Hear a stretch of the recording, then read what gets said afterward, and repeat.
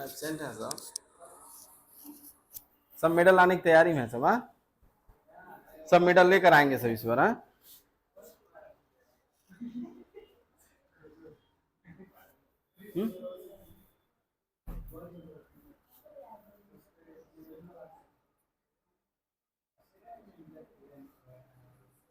नहीं याद होगा तो एक तरीका बताए थे ना, हैंडल के अनुसार पॉडल के अनुसार। फिजिक्स में भी लिख देना। और हैंडल के अनुसार बोला था कि वैद्युत क्षेत्र की तीव्रता यहाँ शून्य होती है। आप क्या जानते हैं, आपको कुछ नहीं पता। हाँ। इलेक्ट्रिक फील्ड निकालने के लिए मान लो आ गया तो क्या करोगे? अरे नहीं आ रहा है तो शून्य बटे सन्नाटा बन के बैठे रहो, या तो फिर उसी में शून्य बटे सन्नाटा के अनुसार लिख दो, according to handle electric field at this point will be zero, according to फलाने ढकाने, लिख दो। और उसके बाद अगर इसको कट करते हैं तो कहते दिखाइए कहां लिखा है कि ये गलत है, ढूंढ के दिखाएं। अकॉर्डिंग टू हैंडल है, सीधी सी बात है कि नहीं? हाँ, पता चलेगा कि नाम मात्र देखने भर से उनको 11,000 का वोल्टेज लगेगा करेंट। वही चीज है। चलिए हम लोग पढ़ेंगे आज मैग्नेटिक फील्ड में एम्पियर सर्किटल लॉ, एम्पियर का परिपथी नियम। यह नियम वैसे ही है जैसे हम लोग स्थिर विद्युत में पढ़े थे, क्या इलेक्ट्रोस्टैटिक्स में गॉस थ्योरम, सेम वैसे ही यह है एम्पियर सर्किटल लॉ। किसमें? मैग्नेटिक फील्ड में। उसमें क्या पढ़े थे कि किसी क्लोज सरफेस में अगर कोई चार्ज Q है तो उसमें जो प्रोड्यूस होता है इलेक्ट्रिक फ्लक्स वो किसके इक्वल होता है? Q अपॉन एप्सिलॉन नॉट के इक्वल होता है। यानी टोटल क्लोज सरफेस के अंदर जो चार्ज होता है उसका 1 अपॉन एप्सिलॉन नॉट टाइम्स के इक्वल होता है। सेम कंडीशन यहाँ पे भी है कि अगर मान लो कहीं करंट फ्लो हो रहा है तो उसके एक यानी उसके राउंड में अगर कोई हम क्लोज पथ बनाते हैं, कोई क्लोज पथ बनाते हैं तो उस मैग्नेटिक फील्ड का जो क्लोज यानी लाइन इंटीग्रल होगा, जैसे मान लो सपोज दैट अगर मान लिया जाए कि यह एक वायर है, यह एक वायर है, इसमें करंट आई फ्लो हो रहा है, तो स्वाभाविक सी बात है कि इसके चारों तरफ क्या होगा? एक मैग्नेटिक फील्ड होगा। तो मान लो कि अगर ये सेंटर आपका है, यहां पे इसको हम, ये आपका क्या हो गया? सेंटर मान लो O, और इसके अराउंड हम मान लेते हैं एक,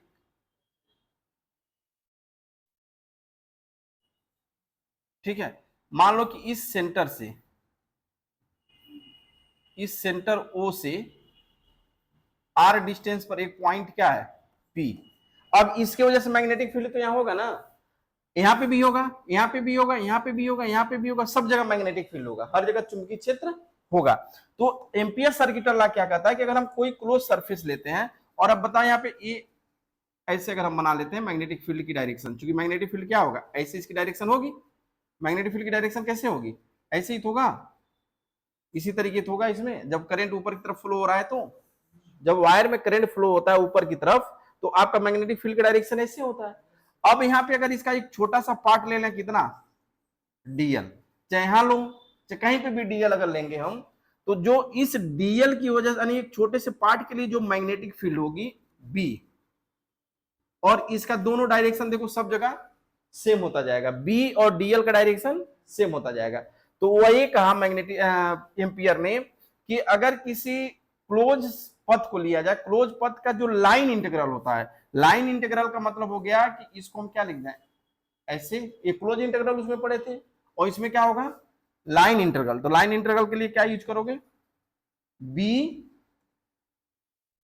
लाइन मतलब एक छोटा सा पार्ट कितना है इंटू डीएल है, ये टोटल क्या होगा? इसका मैग्नेटिक फील्ड होगा। जैसे ही क्लोज इंटीग्रल करोगे, यानी क्लोज लाइन इंटीग्रल है, क्लोज लाइन इंटीग्रल, यानी पूरा इस पूरे पथ का जो मैग्नेटिक फील्ड है वह किसके इक्वल होगा? वह इस वायर में फ्लो होने वाली करंट, इस लाइन में यानी इस कंडक्टर में फ्लो होने वाली करंट की म्यू नॉट टाइम्स के इक्वल होगा। यही आपका क्या होता है? Ampere circuital law. जबकि आप उसमें क्या पढ़े थे? Closed integral into d a, into d a equal to q in यानी total charge upon epsilon naught, ये दोनों दो चीजें हैं। ये आपका गॉस थ्योरम है जो इलेक्ट्रोस्टैटिक्स में पढ़े थे, और ये आपका एम्पियर सर्किटल लॉ है जो मैग्नेटिक फील्ड में पढ़े थे। एक रूल्स और पढ़ेंगे लास्ट में, वो मैक्सवेल लॉ होता है, ठीक है। तो इन दोनों को कंबाइन करके वहां पे पढ़ा जाएगा। तो यहाँ पे देखो, एक चीज में लिखा है यहाँ पे, ampere circuital law state that the line integral of the magnetic field, the line integral of magnetic field किसके इक्वल है? Around any closed path in free space is equal to mu naught time, is equal to mu naught times the total current I passing through the closed पथ।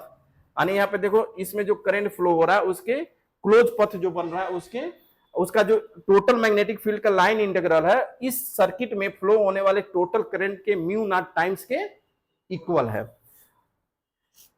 इसी को mathematical रूप से यहां लिख दिया गया, B into d l equal to mu naught I.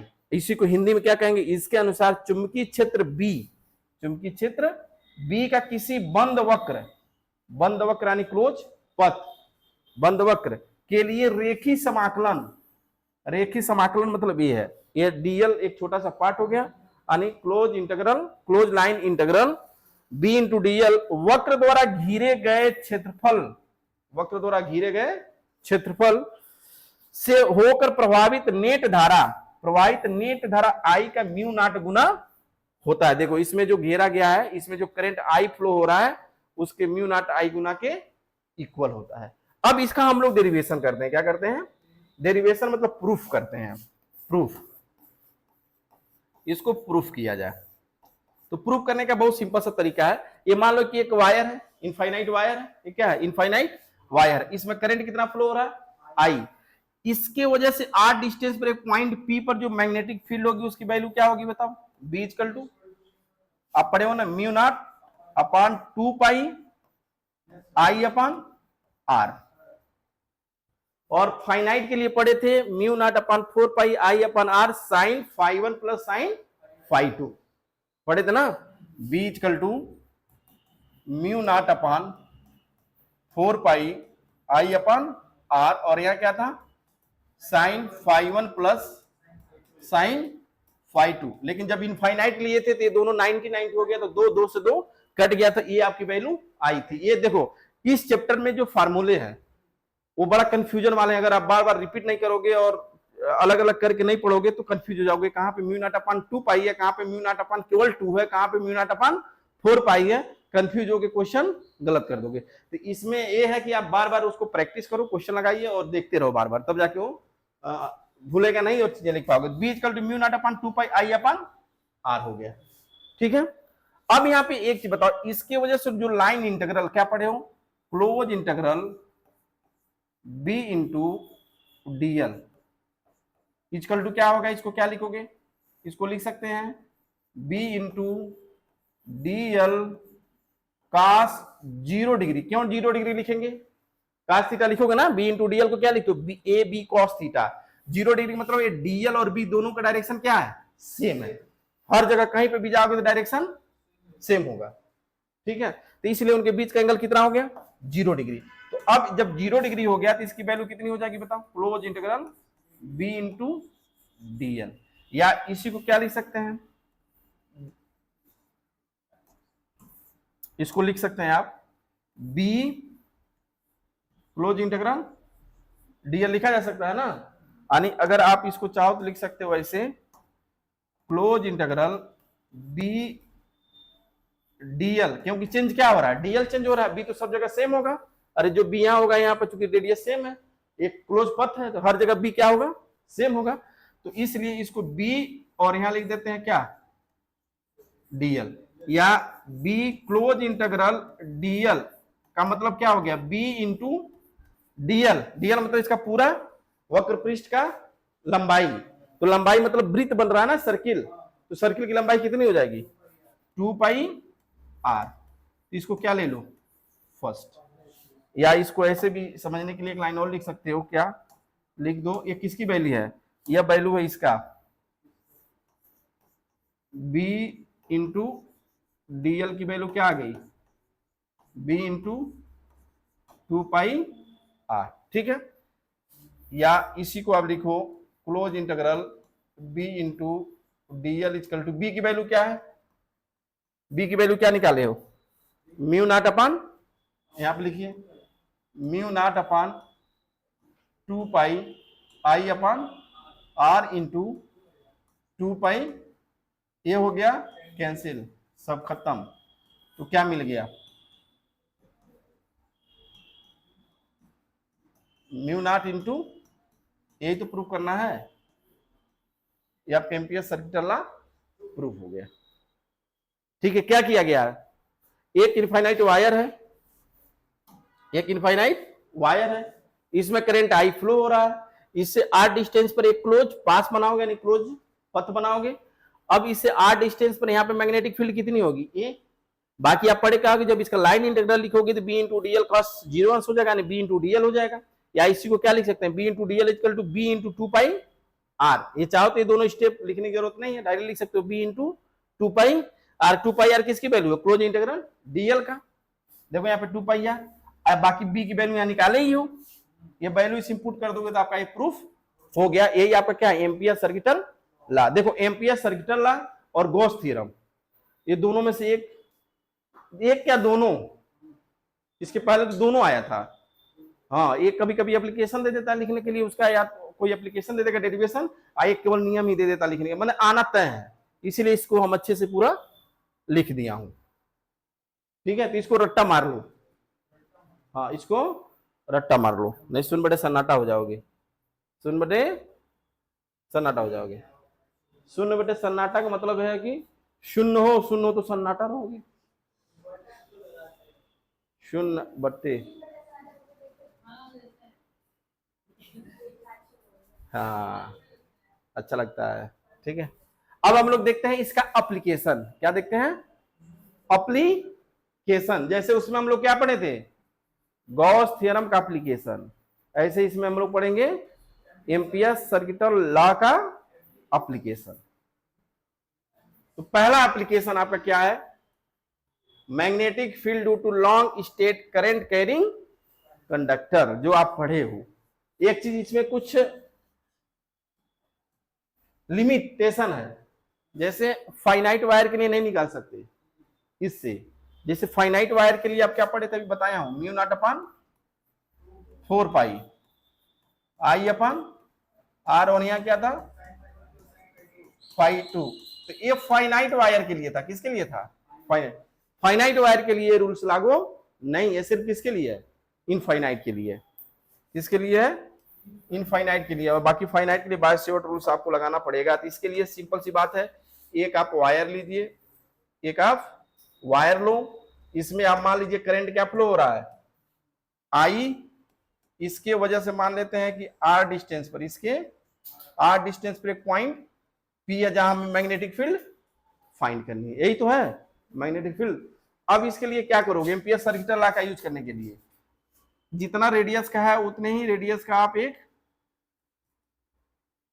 Close path बना दो, बस हो गया, एक क्लोज पथ बन गया, कोई दिक्कत। ठीक, अब इस वायर की वजह से इसको हम क्या करते हैं, हाँ नहीं, वो तो गॉस थ्योरम में बनाते हो ना, गॉस थ्योरम में पूरे वायर को क्लोज पथ में लाते हो, ध्यान दो, पूरे वायर को, क्योंकि उस पर टोटल चार्ज क्यू है, तो पूरे चार्ज को क्लोज में लाने के लिए आप, इसमें क्या है कि करंट जब फ्लो हो रही तो उसका एक सर्किटल इंटीग्रल लाइन बनाना है, केवल एक लाइन बनाना है, केवल एक लाइन बनाना है। तो अब इसके वजह से हमको मैग्नेटिक फील्ड निकालना है। तो सबसे पहले तो एक फर्स्ट जानो कि इसके फर्स्ट जो है, अभी आप पढ़े हैं सर्किटल लॉ के अकॉर्डिंग एम्पियर का क्या होता है, close integral B into DL equal to mu naught into I, ये मान लो फर्स्ट, इसी का यूज करके हमको निकालना है। ठीक है, तो कैसे निकालोगे, बहुत सिंपल सी बात है।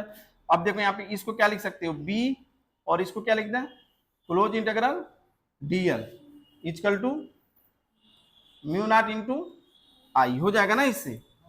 अब अगर इसका क्लोज पूरा, अगर आप इसका क्लोज इंटीग्रल करो, पूरा पथ की लेंथ निकालो, इसके जगह क्या लिख दोगे, बी इंटू 2 पाई आर, हो जाएगा ना, equal to mu naught into I, या बी इजकल टू क्या हो गया, mu not upon 2 pi I upon R. यही होता है क्या फार्मूला, देखो कितना आसान है। ये आपका क्या हो गया, प्रूफ हो गया, ये मिल गया आपका। इसके वजह से मैग्नेटिक फील्ड की डायरेक्शन क्या हो गया, मैग्नेटिक फील्ड की जो डायरेक्शन है बनेगी वो ध्यान रखो, इसको मैग्नेटिक फील्ड का डायरेक्शन में बना रहा हूं यहाँ पे।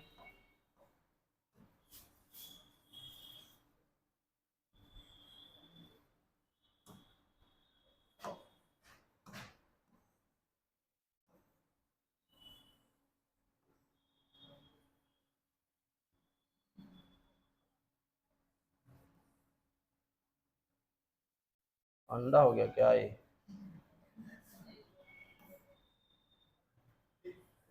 चलो एक और बना देते हैं।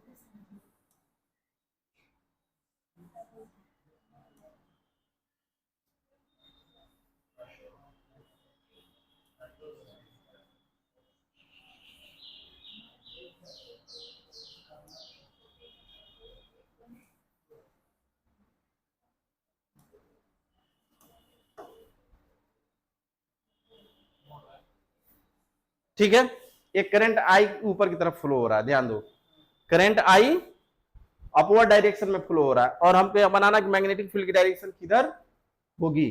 तो मैग्नेटिक फील्ड सिंपल, ये बहुत आसान है, जिधर करंट फ्लो हो रहा है उधर आप ऐसे थंब को रखो, और जहां निकालना, मान लो यहाँ पे निकालना मैग्नेटिक फील्ड इस साइड में, तो इधर जाओगे, और जब इधर होगा तो, अगर मान लो यहाँ निकालना हो तो ऐसे लाना पड़ेगा, और यहाँ निकालना होगा तो ऐसे नहीं, थंब क्या होना चाहिए, इस थंब को मैग्नेटिक फील्ड के डायरेक्शन पे रखो, और मान लो यहाँ पे मैग्नेटिक फील्ड डायरेक्शन निकालना यहाँ पे, तो आप क्या करो, उस पे रखो और वहीं आप ऐसे उसी डायरेक्शन में ले जाओ, तो किधर जा रहा है, और ये जिधर टर्न करे उधर ही मैग्नेटिक फील्ड होगा। नहीं समझे, अरे मैग्नेटिक फील्ड को यहाँ ऐसे यहाँ पे रखो अंगूठे को, थंब को, और इसको ऐसे रोटेट करो, किधर जा रहा है, नीचे तो आएगा नहीं, ये तो उल्टा मुड़ता नहीं है, ऐसे जाता है झापड़। ठीक, तो इसलिए मैग्नेटिक फील्ड की डायरेक्शन क्या हो गई, ये हो जाएगी, कैसा हो जाएगा, ये हो गया।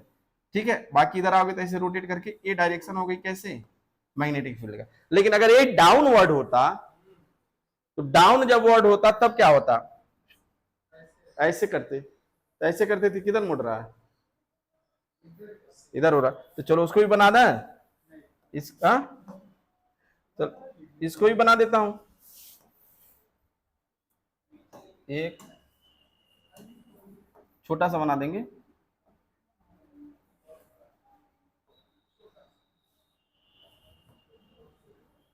तीन ही बनाएंगे, 3 पीढ़ी तक। अरे ये इसका परदादा है, इसका ये बच्चा है, इसका नाती निकाल देना, बना देना है।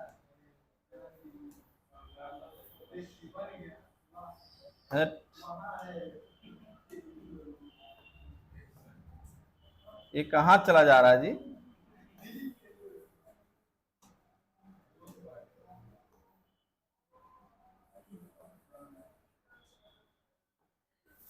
ठीक है, और इसमें एक हम लाइन ड्रा कर देते हैं,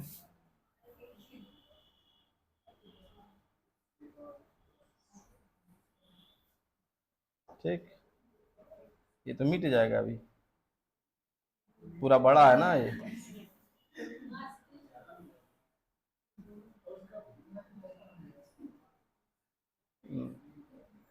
यही तो है।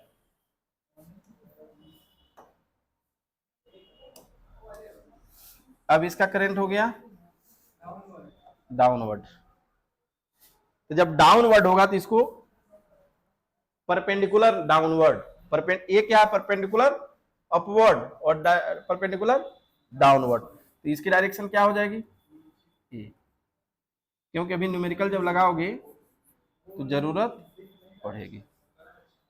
कलर नहीं दिख रहा, अच्छा डबल बना दे रहा हूं, मैं समझ पा रहा हूं,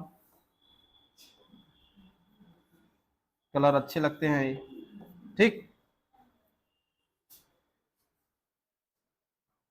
क्यों पिंक चिल्ला रहे थे तुम लोग? इसके अलावा अच्छा और कलर तो रंग नहीं दे रहा है क्या? मतलब रेड खतरनाक सबसे है।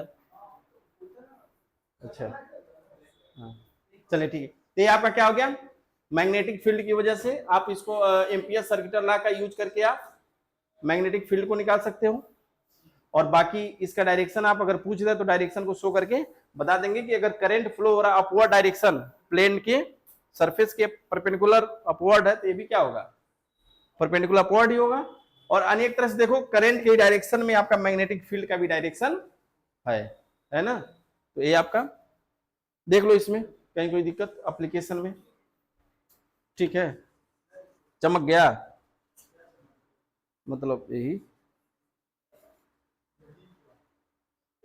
2 लाइन में डेरिवेशन होता है यार।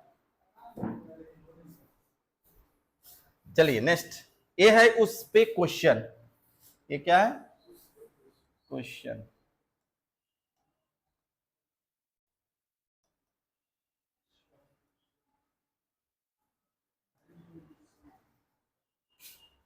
और मेला वाला नहीं जा रहे हो क्या अभय नारायण घूमने? क्या है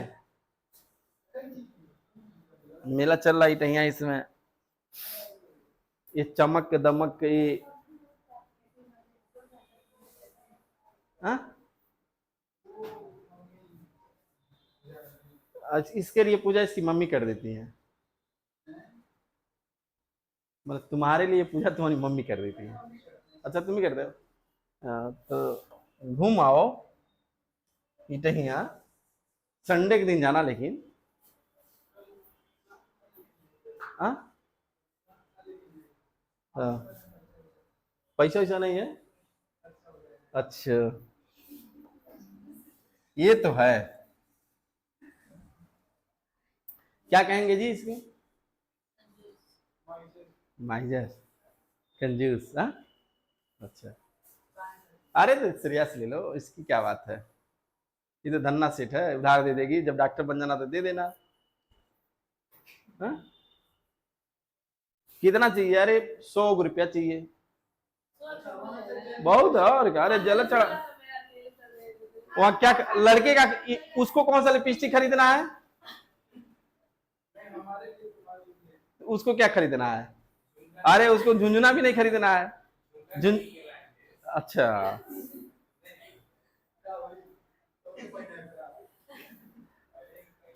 अरे पढ़ के चलिए देखिए इसमें यहाँ पर मैग्नेटिक फील्ड निकालनी है। देखो यहाँ पे ये 2 वायर दिया है, इनके बीच का डिस्टेंस कितना है? 10 सेंटीमीटर। कितना है? 10 सेंटीमीटर। इससे 4 सेंटीमीटर पे पॉइंट पी है, और यहां से इसकी डिस्टेंस कितनी हो गई? 6। कह रहा है कि इस पॉइंट पर मैग्नेटिक फील्ड निकालना है। सेम याद रखो वो वाला, कौन सा? गॉस थ्योरम में था ना, 2 प्लेट, दोनों प्लेटों के बीच में निकालते थे, बाहर निकालते थे ना। तो ऐसे ही सेम है कि ये दोनों वायर, इनके बीच में आपको मैग्नेटिक फील्ड निकालनी है पी पॉइंट पर। तो अब कैसे लगाओगे इसको? इसके लिए सिंपल सी बात है कि एक इनफाइनाइट वायर दिख रहा है, क्या दिख रहा है तुमको? Infinite wire. इनफाइनाइट वायर की वजह से जो मैग्नेटिक फील्ड का फार्मूला होता है क्या होता है, पहले आप लिख लो ऐसे, mu not upon 2 pi i upon r, ये तो पता है सबको। अच्छा, म्यू नॉट अपॉन 4 पाई की 2 पाई की वैल्यू क्या हो जाएगी, ये बता दो अगर पता है तो।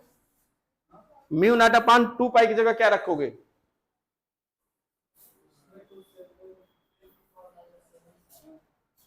हाँ, म्यू नॉट अपॉन 4 पाई की वैल्यू क्या पढ़े थे? 10⁻⁻7। लेकिन यहां तो क्या है, यहां तो 4 पाई नहीं है, 2 पाई है।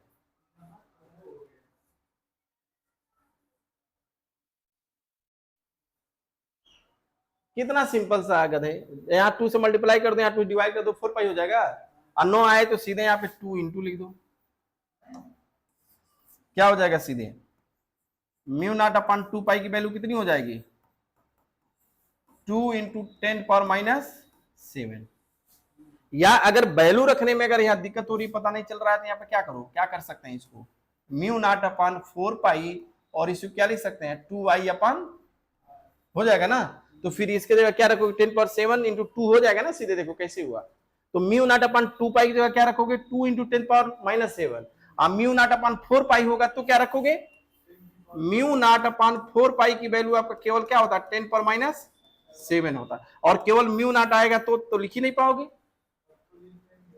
क्या लिख दोगे 4 पाई इंटू 10⁻7, समझो ऐसे वैल्यू रखना भी इसका है, ठीक समझे। म्यू नॉट की वैल्यू क्या हो जाएगा 4 pi into 10⁻7, mu naught upon 4 पाई की वैल्यू 10⁻7, और म्यू नॉट अपान 2 पाई होगा तो 2 इंटू 10⁻7। चलो अब यहाँ पर हमको निकालना है कि मैग्नेटिक फील्ड किसके वजह से, इसके वजह से 4 सेंटीमीटर की डिस्टेंस निकालो। तो इसको ले लेते हैं B1, इसको मान लो वायर फर्स्ट, इसको मान लो वायर सेकेंड। तो B1 की वजह से निकालोगे क्या निकलेगा, म्यू नॉट अपान 2 पाई, यानी वैल्यू क्या रखोगे 2 इंटू 10⁻7 इंटू आई कितना है 5 एम्पियर, 5 अपान ए की वैल्यू कितनी है 4 इंटू 10⁻2, ए हो गया 2 से 2 ने मार्क दिया, कत्ल कर दिया इसका। चलो हाँ कितना बच गया 2.5। ये आता है गुणा भाग करने, नहीं आता, कुछ नहीं आता। 5 में 2 का भाग देने आता है कि नहीं आता है, नहीं आता। कितना आ जाएगा 2.5, और ये माइनस ऊपर ले जाओगे तो इसमें जुड़ जाएगा। अच्छा 2 इंटू 10⁻, अच्छा ये डायरेक्शन क्या होगा इसका, देखो यहाँ पे ऐसे लाओ, कहाँ निकल पी पर ना, यहाँ पी पे ले जाओ तो कहाँ जा रहा है ऊपर परपेंडिकुलर, ये किधर जाएगा, नहीं ये ऊपर की तरफ जाएगा। अबे ये वही चीज हुआ, ऐसे ही तो आएगा, तो इसमें क्या ना, हाँ तो परपेंडिकुलर ऊपर की तरफ ऐसे जाएगा, ऐसे आएगा, ठीक ऐसे चलता है। तो क्या हो जाएगा, इसको क्या बनाए क्रॉस, क्रॉस बनाओ, क्या बनाओगे परपेंडिकुलर ऊपर की तरफ जब होगा क्या बनेगा क्रॉस। हाँ अरे वही स्टार,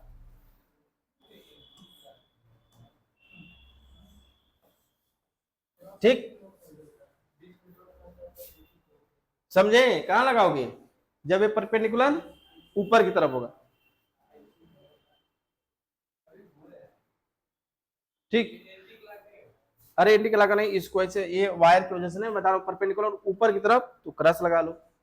ये लगाओगे नहीं तो भी कोई मतलब, नहीं लगाओगे तो भी कोई मतलब नहीं है, ये तो ऐसे जनरली बता रहा हूं। दूसरा यहाँ देखो, इसके वजह से यहाँ निकालोगे तो क्या होगा, यहाँ निकालना है तो आप क्या करोगे थंब को यहाँ लाओगे, जिस पॉइंट पे निकालना वहां, तो अभी किधर टर्न हो रहा है डाउनवर्ड, ये किधर जा रहा था अपवर्ड, ये हो गया डाउनवर्ड। तो B2 की जब वैल्यू निकालोगे तो B2 इक्वल टू क्या हो जाएगा बताइए, B2 की वैल्यू रखो, value 15 2 into 10⁻7 into 15 upon 4 into 6 है ना, 6 इंटू 10⁻2, ये हो गया 3, 3 बच्चे यानी कितना हो गया 5 इंटू 10⁻5, ठीक है। टेस्ला क्या हो गया टेस्ला। अब ये अपोजिट डायरेक्शन हो रहा है, डायरेक्शन अपोजिट हो रहा है, तो अब नेट जब मैग्नेटिक फील्ड निकालोगे तो उसकी वैल्यू क्या आ जाएगी, net magnetic field B equal to B2 minus जो अधिक होगा उसमें से माइनस करोगे, तो B2 की वैल्यू कितनी है 5 इंटू -7 -2 पॉइंट -5, ठीक। ये कितना आ गया 2.5 इंटू 10⁻5, लेकिन फाइनली जो डायरेक्शन होगी वो किधर होगी डाउनवर्ड ही होगा, ठीक है। तो ये आपका क्या हो गया आंसर हो गया, एक बार देख लो, एक बार देखो या बार बार देखो, देख लो।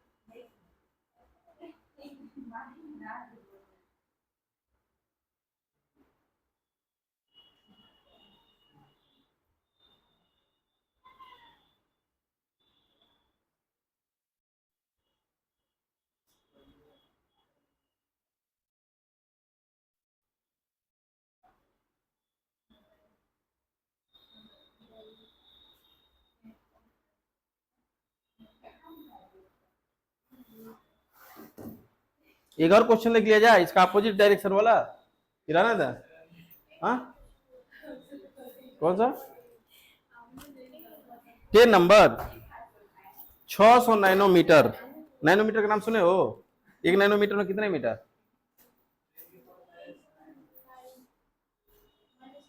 10⁻⁹ मीटर। नहीं बता, तरंगदैर्घ्य दिया है। तरंगदैर्घ्य किससे रिप्रेजेंट करते हो? लेमडा से।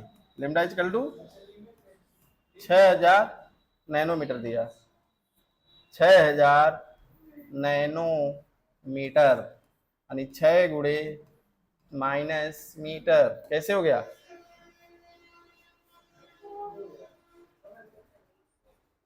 समझे कैसे हुआ? कैसे हुआ? मल्टीप्लाई किए हैं तो 3 खत्म हो गया, ठीक है। फिर दिया 3 मिमी चौड़ाई एकल रेखा छिद्र पर, यानी जो डी दिया है, क्या दिया? D 3 millimetre. तो इसको क्या करो? 3 × 10⁻³ मीटर। कहाँ गया? 10 नंबर ना। केंद्रीय उच्चिष्ट की चौड़ाई ज्ञात करना है। केंद्रीय उच्चिष्ट की चौड़ाई ज्ञात करना है। नहीं, 3 मीटर दूर रखे पर्दे पर capital d equal to 3 meter पर डब्ल्यू की वैल्यू फाइंड करनी है। ये तो आसान है यार। डब्ल्यू इक्वल टू क्या होता है? D lambda upon small D.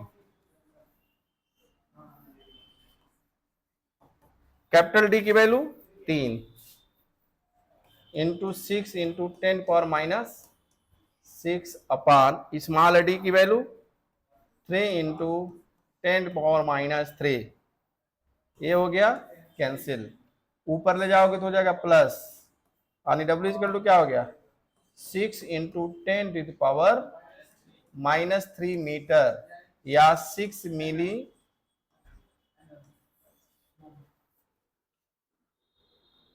ये तो 1.2 mm दिया है।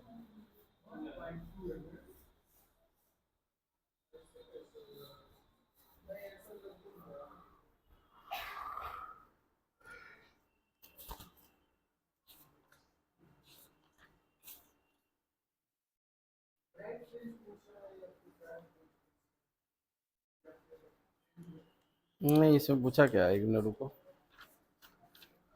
पूछा केंद्रीय उच्चिष्ट की रेखी चौड़ाई।